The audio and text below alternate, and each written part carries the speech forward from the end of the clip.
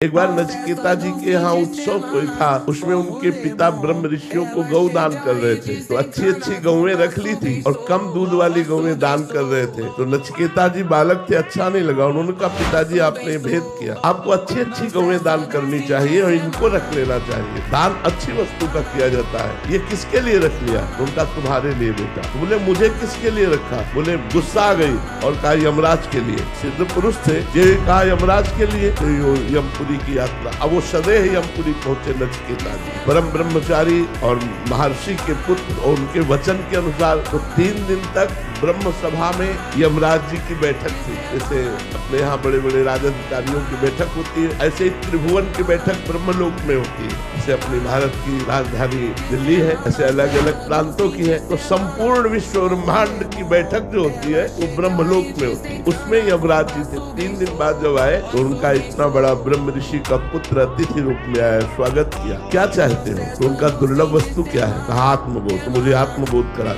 बोले, नहीं, तुम मृत्यु लोक का संपूर्ण वैभव स्वीकार करो, लेकिन तुम्हें आत्मबोध नहीं प्रदान कर सकते। नचिकेता ने कहा, मृत्यु लोक का वैभव नहीं, मुझे आत्मबोध चाहिए। बोले, स्वर्ग की समस्त अप्सराओं का भोग और समस्त वैभव का भोग स्वीकार कर लो, लेकिन तुम्हें आत्मबोध नहीं दे।